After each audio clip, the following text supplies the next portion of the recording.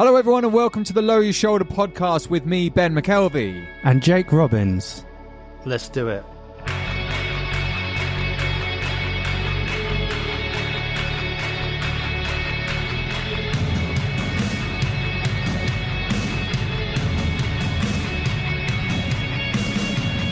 Right, we've had a couple of weeks off, been slacking, but that's because we've been working hard on other stuff. But we have just finished filming a performance video for a new song that's coming out. Well, who knows, let's be honest, but we've been working really hard on a project.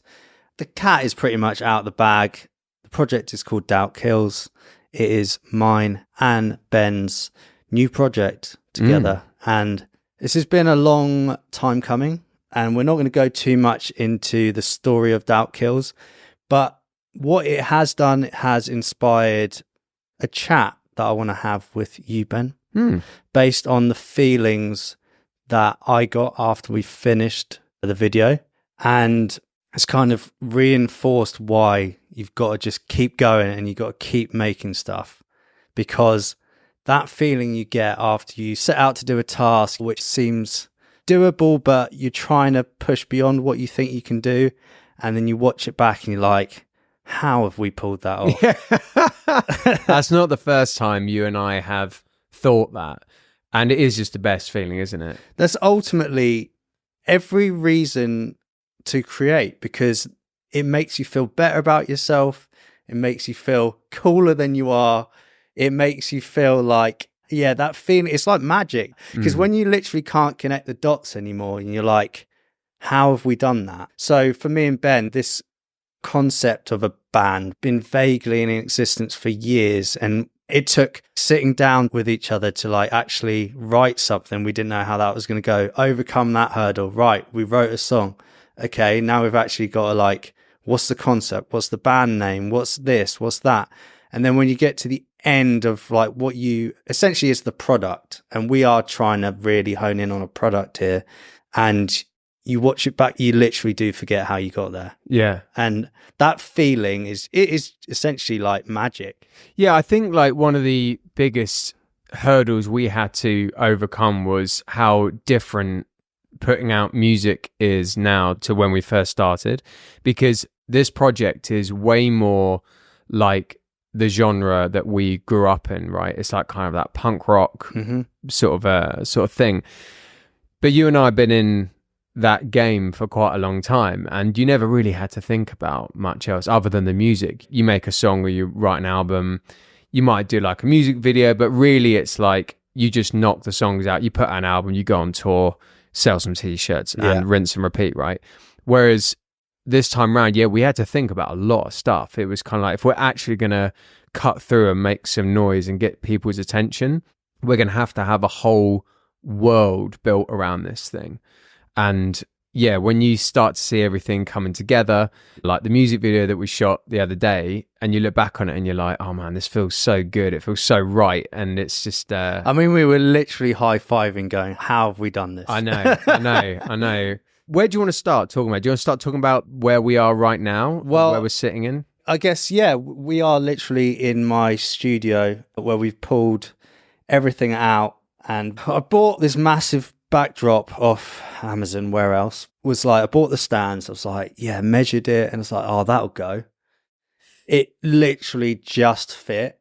But then when we put that up, we're like, this isn't going to work. It's like not enough of a room. You realize how big a backdrop needs to be for that to be the only thing you see. So, yeah, well, we needed to be twice as big because we put it on one wall and we were like, we got the camera and like the wide angle lens, and we're like, well, that's not going to work, is it? So then we had to put another wall up, but then you got to like try and tie that in with like make sure the floor looks cool and all the rest of it. And we had 10 meters of roll. And I remember we first put it up, you were like, mate, don't worry if it rips. We've got 10 meters worth. And when we actually put it up, it was exactly 10 meters. Yeah. We were like, oh my God, don't touch anything. Don't rip anything. Careful where you stand. Take your shoes off. So yeah, that is the backdrop that you will be seeing if you're watching this episode, which be, that's kind of a new feature. Yeah, these episodes are up on YouTube as well if you want to check those out.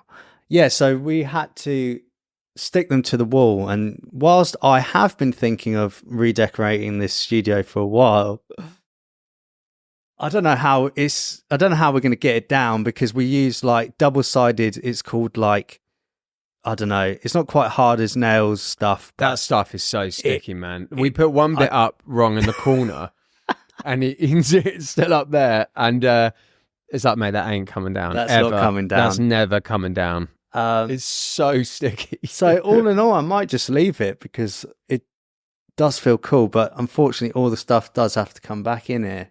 But maybe we can work around. I mean, let's be honest, it was an absolute tip before, so yeah, it looks better. It looks a lot better. I also made me laugh because we you know, we organize ourselves the best that we can, but we always forget stuff, and there's a lot to think about when you're putting stuff together. And we're not like set builders or camera guys or lighting engineers. Like, we don't have a clue at it. We're just like winging it. And we put up this backdrop, and we had like a tiny bit of tape left. So all along the top of this backdrop are just tiny bits of gaffer tape rather than one big bit. And I fully expected the next day you were going to call me. We built the set the day before we filmed. And then I was expecting you to call me the next day and be like, it's all fallen down. It's like, it's carnage here. But it stayed up. It stayed up. Good old gaffer tape. Even better. Musician's best friend, it gaffer is. tape. And even better, we both were like, oh, I got some at home. Okay, well, remember to bring it tomorrow. Neither of us remembered. Both got the tape. Yeah, I know. So luckily it didn't fall down. But yeah, I guess the key to achieving what we feel like we've achieved, and like essentially what I'm trying to say and from this is that we are quite ambitious. So like all the stuff we're saying that we need to build a world around Doubt Kills, because I don't know, we're into too many different forms of media. We've got some really funny stuff that we've worked on, or stuff that we've found funny, and we got really into that, which delayed doing the podcast. We like bought mics and stuff, and then with this video, like this is actually only the first part of the video. We've got a whole nother part of the video to shoot. But I don't know, through being ambitious, it's a weird one. With ambition, it can be something that holds you back, because sometimes when things get really hard, things take longer. Because let's be honest, there's been times where this is like, oh, is this ever going to be done? Just to do one song. No, I know. So it can be the wrong way to go, but the end result for us, I think luckily, because we have other things going on, and we were able to commit to each other in terms of like, come on, this is our outlet. You know, it really became that. And I guess the reason things are so different for us is it's a lot harder for us to just pick up and get in a van and go in terms of building a fan base. So we've, at this age, it's just times have changed. Times right? have like, changed, you know, but also just like where we are in our lives. Yeah, of course. Has also kind of impacted what we deem as how this might have an impact. And at the very least, it's very satisfying just creating the world and the product and the content around it. We're talking about this and it's not even out, but like we've got a lot of stuff to come out, and we're really trying to plan a whole year and beyond that for how we keep this going. I think one of the best things that we did recently, and we've tried to do it in the past, but I feel like we've really kind of nailed it now. And for any bands listening that are kind of DIY and their own label and all that kind of stuff, delegating exact and like very precise tasks to each other was a bit of a game changer, I felt recently. Because in terms of like putting out a song, as most musicians listening to this will know, it's not just about the song. Like the song is in a weird way the easy bit now, because you write the song, you record it.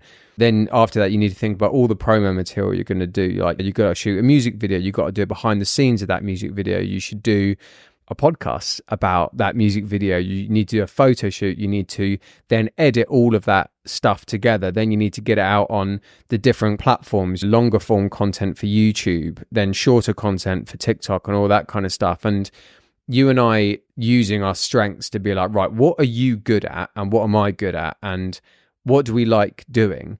You know, like putting the behind the scenes vlogs together, I've thoroughly enjoyed, and I found that I've got really quick at editing that kind of stuff. just take charge of that. That's my job. And then for you, it'd be organizing the podcast and getting that out and ready, as well as obviously you're producing the music and that kind of stuff. And yeah, delegating tasks and being like, that is your job in this operation.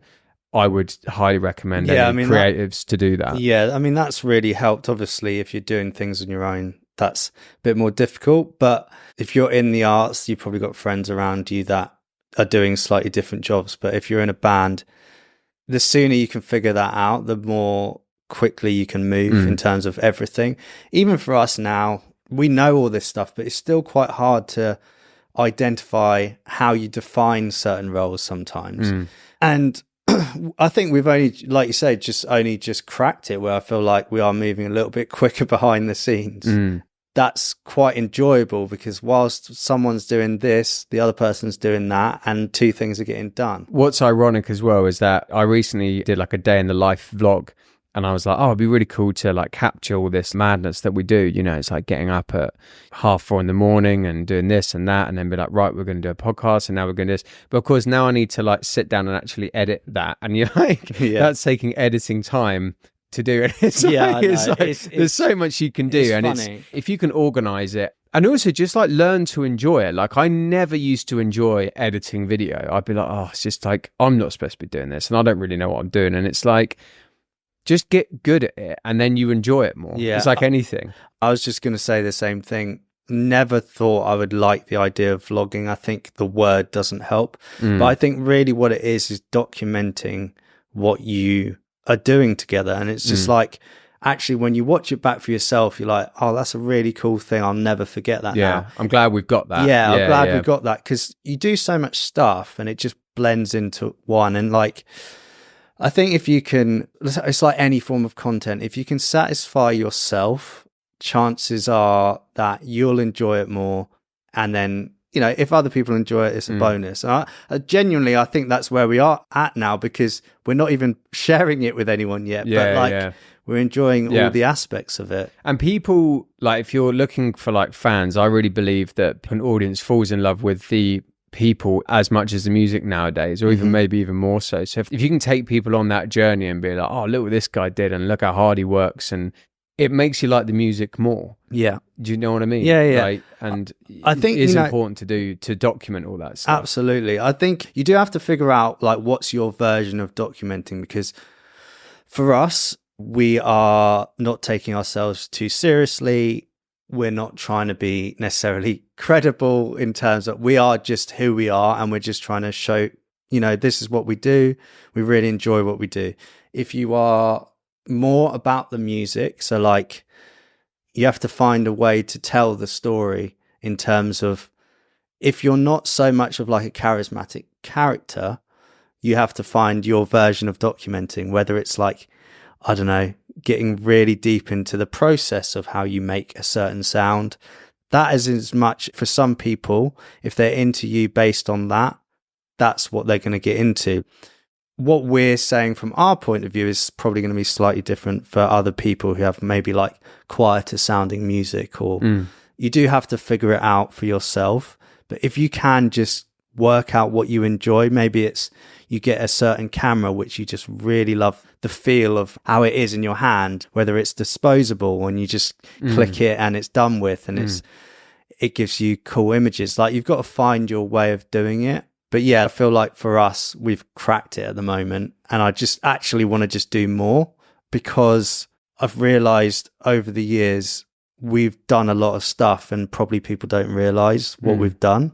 And maybe actually we would probably be further along if we'd documented that a bit more over the years. So, well, we were talking the other day about like the album documentaries we put together for my stuff, and you know, when like the anniversaries come round, or you know, it pops up every now and then, you see a clip of it, or you know, it comes up on your phone, or this time 5 years ago, whatever, and then you look back on it.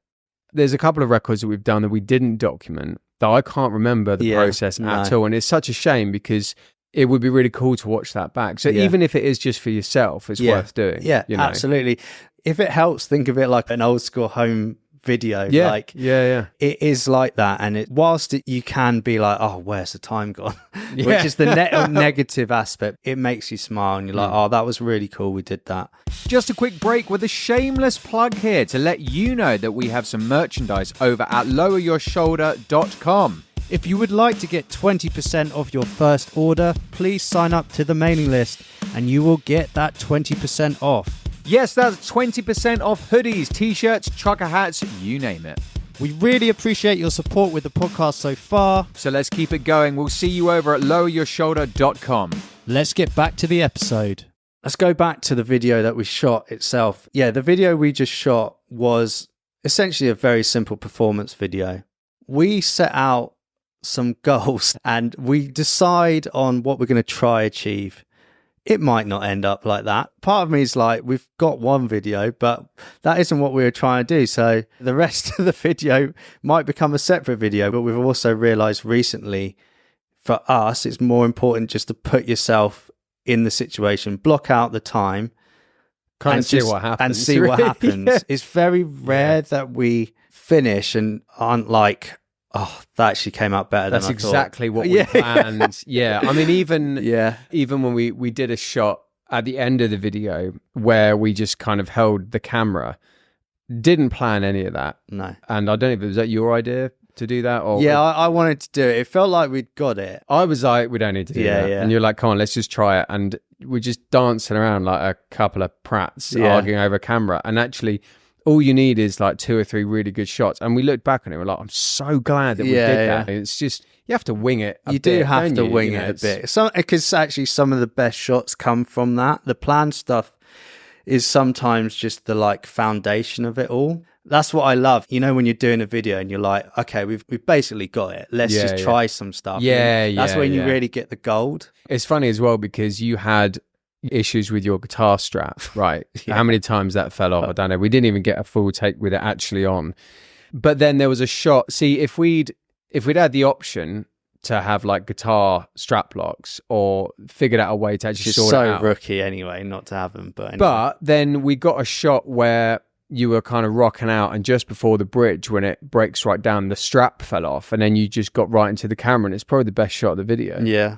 Because it just looks so good and it looks like it was on purpose, but it obviously wasn't. And it's like, it just goes to show you, it's like you can plan all you want, but some of the best stuff you're going to get are just like, oh, that just happened, you know? Yeah, and there is a point like when we were setting up, always this happens with me and Ben. We're like, we've got a little bit better at this, but it used to be like, right, we'll set up at 10, then we'll do this, and then we'll do that, and then we'll have it all done by like 3 o'clock. I mean, we don't even start that early anymore because of our day jobs, but that's what it used to be like. Now we try and like break it down and be like, day 1 is this set up, and then day 2 is this. But what we're finding is it's turning into like 5-day shoots just to do one. Yeah, we had that as well recently, didn't we, when we were filming some skits, promo stuff. Like promo stuff. But it's only because we want to get it right. And also you got to factor in time when things go wrong. And like the bigger, higher quality stuff you're trying to do, which we always try and really push ourselves to shoot do, above our station, basically. Which is, it's great.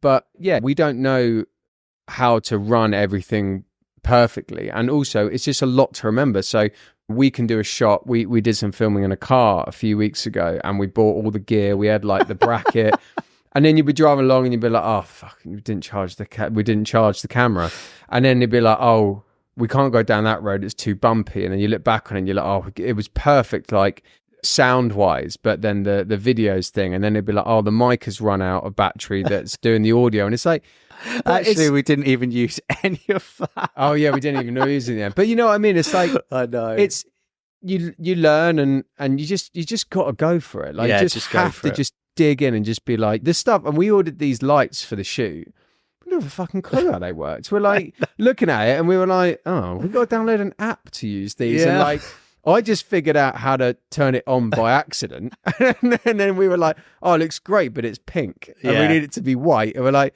oh, how do we change that then? Get a YouTube video up. Yeah. Thanks, YouTube. You've helped us so many times. So much. But yeah, there's so much of that. And you just have to learn how to pursue and keep pushing, because when you're in the middle of it, you're just like, oh, we're in the middle of it now. Come on, we've set it all up. Let's do another day. Come on, we'll set it up. I think we also need to talk about what happened the first take of the drums. Well, yeah, it's time. Let's do it. Unbelievable. So day one, we built the set, really happy with it. Day two, we spent a while getting the lights right, set up the drums, did some kind of test shots, unloaded all that, and it's like the time, innit? We filmed all that, then we took the card out, we uploaded the footage, and we're like, yeah, cool, right, that looks good, those shots look good, let's try it with the colour. Anyway, we did all that, and we're like, great, really pleased with it, looks absolutely awesome. How have we pulled this off? So like, right, change your outfit to get ready for a proper shoot, set it all up. It's like, right, let's go for it. First take, I busted my finger, literally came in on the chorus playing the drums, just smashed it straight away. I was like, gritted my teeth, got through that take, and I was like, oh, this is pretty sore. I didn't even notice, by the way. Yeah. I did not notice. So like, I don't know how. I mean, you can see it when you watch it back, a little wince on your face, but still kept like, character. You kept character and you just kept going. And then we did, I think, 3 or 4 more takes when I was just like, I can't do anymore. Ended up going to a pharmacy to get it strapped, kept an eye on it. Then the next morning woke up, I was like, I need to go to A&E. Went down A&E, I called Jake. I was just like, right, I'm going down the hospital, but I don't care if it's broken. We are still filming today. So get the kit set up. I'll be there as soon as I can. Fortunately, it wasn't broken. It was just like ligament damage and like something to do with the plate in there somewhere. I wasn't really listening. So as soon as they said it wasn't broken, I was like, cool, great, let's crack on. So then came here, we shot your pieces and learned how to hold the camera with a broken finger or a busted finger. But yeah, you got to go on with it. I mean, you can't script that stuff. Like, unbelievable. I'm the worst. I was like, oh no, what can you do? Yeah. How many more takes you do? Yeah, literally. Yeah, well, it's like, it's like, we'd spent the evening on Monday setting it up. Went late, hired the lights. I'd also hired a camera, and also we were obviously on a time thing because the lights had to get sent back. We get an extra day? Yeah, we got an extra day. Got an extra day with them. We didn't know to get an extra 2 days. Anyway, we got it all done within the next batch of shots that you filmed. But yeah, it didn't go to plan. But in the end, it didn't matter because what was great is because we were doing an indoor shoot and we were able to actually watch it back a bit, which gives you the energy. You're like, I don't care, this looks great, let's just keep going. That was a good thing that we've learned recently. Be like, oh my God, outdoor shoots in this country, especially in the winter or early spring, just don't. They are so annoying. Like, it's freezing cold, the wind's picking up on the mics, your kit gets dirty. I had to clean my headphones the other day from the skit shoot that we did, and it was just like, how is this kit so much mud everywhere? And also filming with food, we've also learned that it's like... Well, yeah, I don't know why we're obsessed with that. Anyway, that's for another time. Oh, dear. As I said before, we've been working on this project a long time, and I think the reason we've been able to keep at it is because we have other creative outlets that we've got going on. You've got Campaign for Nothing, you've got your solo stuff. I dabble in my solo stuff, but I also produce other bands. I've got Cusp, who I work with very closely, and it kind of satisfies those other aspects of what I'm looking for out of being creative. But what has been missing is this side of things for me. And right now, where we are at the minute is just like, I'm feeling so fulfilled creatively. Well, we were just talking about that before we started, weren't we? And yeah, I feel exactly the same. For me, it's, I've always been, for the last, 10 years or so, maybe longer, been doing solo stuff, which has been great and done a lot of cool stuff. Worked with you a lot, obviously, but it's sharing the highs that I was missing for a long time, because when an album comes out or when you finish a music video, when you play a cool gig, like, you'll be working with people when you're doing solo stuff, but it's just not the same. It's not theirs. It's yours. Yeah, exactly. And that's why building the label up with Lower Your Shoulder for me is very exciting, because I get to be part of all these really cool creative projects and I get to actually share the joy with people. So obviously with Doubt Kills, that's me and you, and like finishing the performance side of the music video the other day was just felt so good, and like you get to really share that with someone. And similarly, we just wrapped a music video for Campaign for Nothing that me and Mike just went down to a rehearsal room and shot a video for.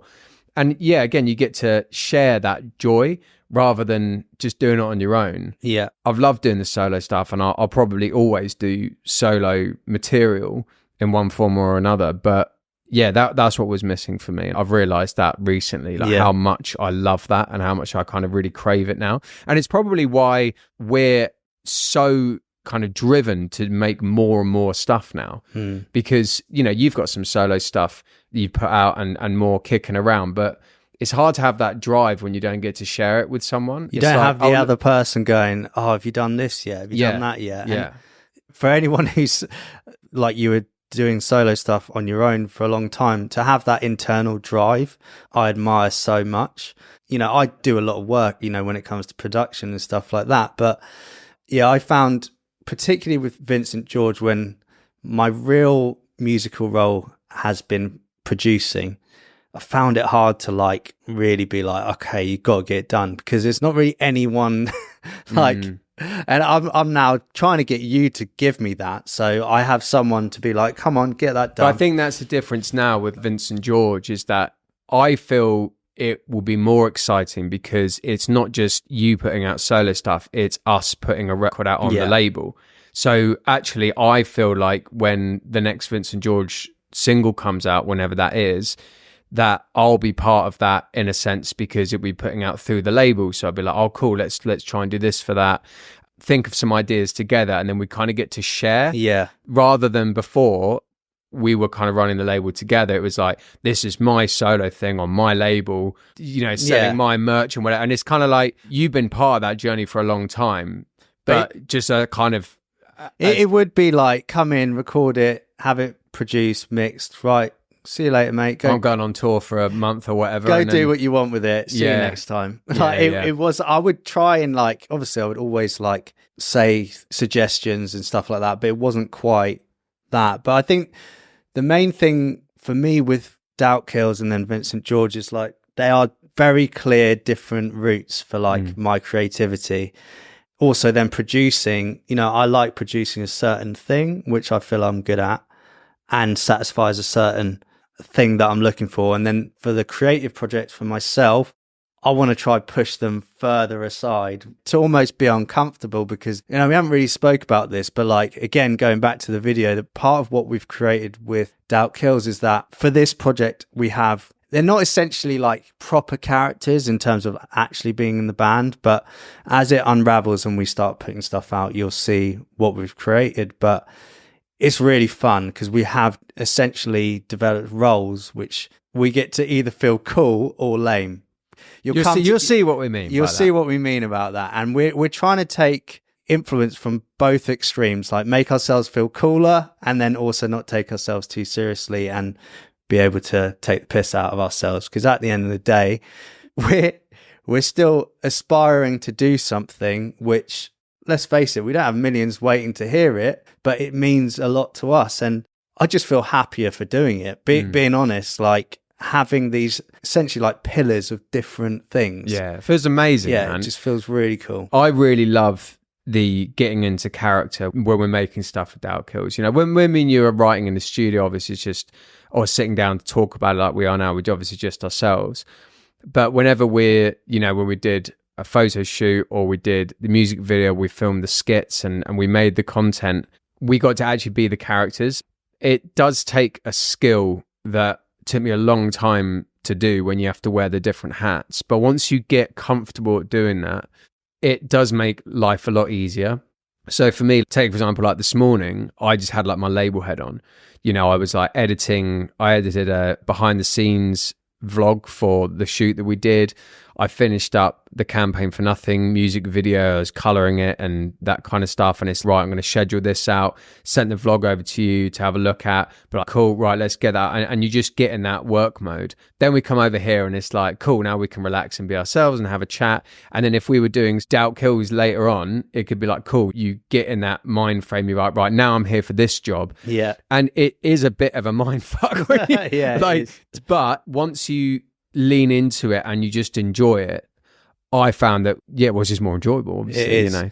I guess all of this is, we're kind of landing on really why to do it and have the ambition. It's the joy of accomplishing something you set out to do, which comes back better than you hoped when you're shooting for the stars. We've had a lot of fun making all this stuff, and making all this stuff then makes you happier in other aspects of your life, because then you go back to your other half and you're like in a good mood because you've just had a great time doing something. Yeah. So I'm just very grateful for what we're doing at the moment. It's easy I found before when I was doing stuff, I was getting burnt out. I haven't felt burnt out doing any of this. No. But I think that's just maybe because it's new and exciting, but also just because, I don't know, really, it just feels different. I think it's sharing the grind with someone. It's like sharing like the joys, but also like they're like, oh shit, like that's gone wrong or whatever, and then you can like lean on each other a bit more and be like, cool, okay, well, let's just replan. What do you think about this? And we've built up the necessary skills to deal with that happening, because it's happened in the past. Like we've done a lot of things where it's gone wrong, and you learn that it's not the end of the world. You just got to like go, no, it's cool. Look, let's just rework that. Let's reset and go again. Reset and go again. Like it may mean that for that day you're done and you're like, let's come back tomorrow, or I'm busy tomorrow. Oh no, it's all right. Let's just delay it by a week, because in the grand scheme of things, the end product, the art, is the most important. So not the fact that it came out a week later. Yes, you got to get things done.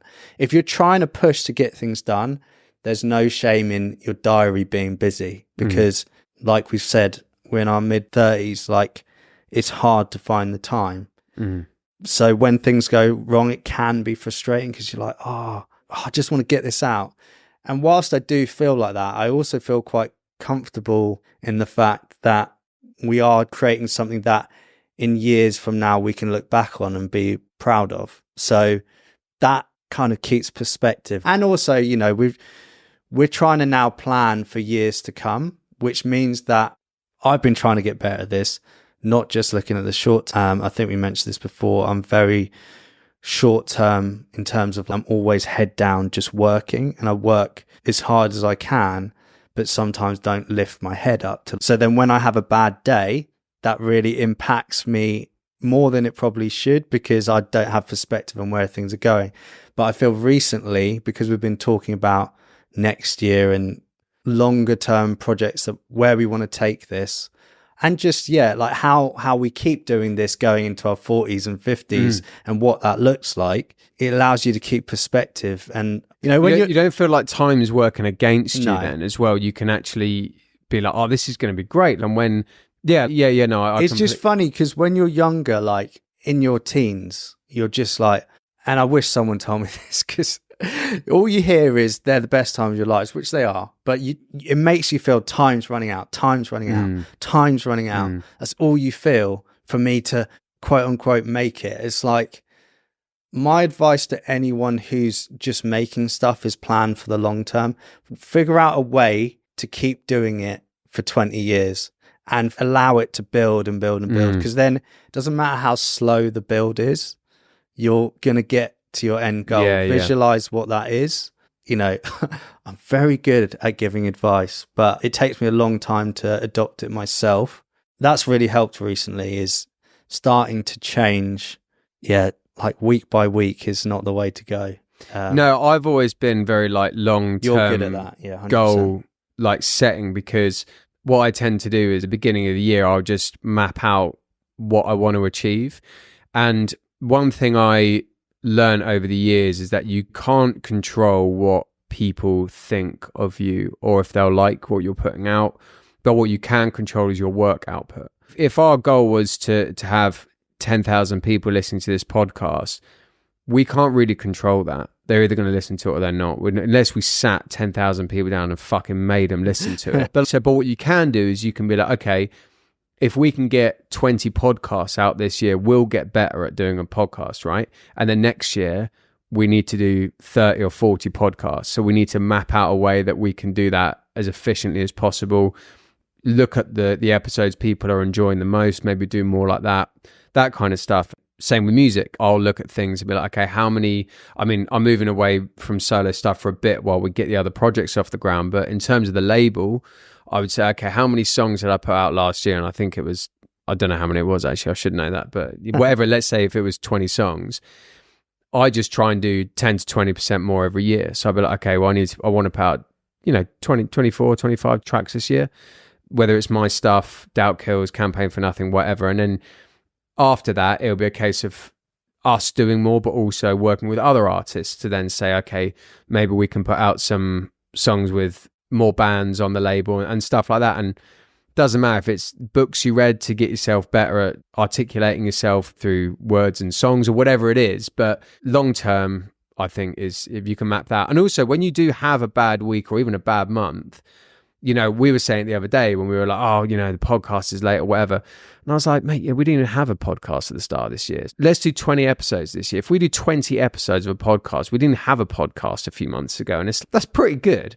Yeah. and the funny thing is what's actually happened there is it's a little bit of, we filled the time with other stuff. It's also, ironically, you start and you don't think about it and you're just enjoying it. And then you get past that initial phase and you're like, oh, what are the good ones? Like, what should it be? And then you start overthinking it. Yeah, overthinking and man, it's the killer. The reason we kind of wanted to do one this week, and I know we probably spoke about ourselves and it's a bit all over the place again, but maybe that's just what this podcast is. I guess that's a segue to say thank you to anyone who's listened. Like, we had some really cool messages. All we want to do is inspire people to make more, because I really believe there's so much value in making more. So if there's someone who's thinking about making stuff and is scared of doing it for whatever reason, just crack on, get stuck in. If there's someone who's lacked motivation recently, hopefully this inspires you to just get back on the horse, get back to it. Or if you're flying and you're just loving everything, hopefully this just gives you comfort knowing that other people are doing the same. Reach out. We love the messages. We're not claiming there's loads of messages, by the way, but the few, what I'm trying to say is we've only had a handful of messages, but they have impact on us. And it's nice to see the impact back. So not focusing on the numbers, but actually let's just focus on the output. And we're going to try get back to just doing them regularly. Some will be hits, some will be misses. As we do more, we'll get better and the podcast will kind of change into whatever it's going to be. We've talked about self-serving versus audience serving, and this is something you can think about for your content. We don't want to talk constantly about what we're doing because you might not relate, but in another sense, maybe you can relate from being inspired that we're still trying to do what we're trying to do in our mid-30s. If there are things you want us to talk about, we'd love to know, because there's almost so many things to talk about. Sometimes it's hard to pick what to talk about. So we want to serve whatever small audience we have at the minute. And yeah, if we can give you more value from the episodes, that would be great. But we might need a little bit of help in what you want to hear. So let us know. I just hope with all this, we just inspire people to just get out and make stuff. Absolutely. First of all, make it for yourself, but also you never know who it's going to help as well. And we've found that through music and various odds and ends of things that we've done. It's so important to create, man. Like the world needs creatives. It needs like that energy, that feel good fact to be put out into the world. It's just, if you can create, you just got to go and do it. And you won't be perfect. It might not even be fucking good at the beginning, but that's not the point. The point is you're creating something and it takes balls to do it. You might feel a bit weird putting yourself out there. Maybe if you're just starting, or maybe you're like, you've reached a bit of a crossroads, you're not sure which direction to take. But at the end of the day, just make what you think is great and what you love. And I guarantee you'll be able to find some people out there that will also love it just as much as you. That's what it's about, right? Absolutely. On that note, we're going to sign off. But yeah, thank you for listening. We really appreciate your time. Please give Lower Your Shoulder a follow. Give Doubt Kills music a follow. We're going to start putting stuff out there very soon, and all this will maybe make a bit more sense. So thanks again. Cheers. Appreciate it. Bye now. Thank you for listening this week. We hope you enjoyed the conversation. If you like what you've heard today, please share with a friend and follow us wherever you listen to your podcast to help us grow the Lower Your Shoulder community. See you on the next one.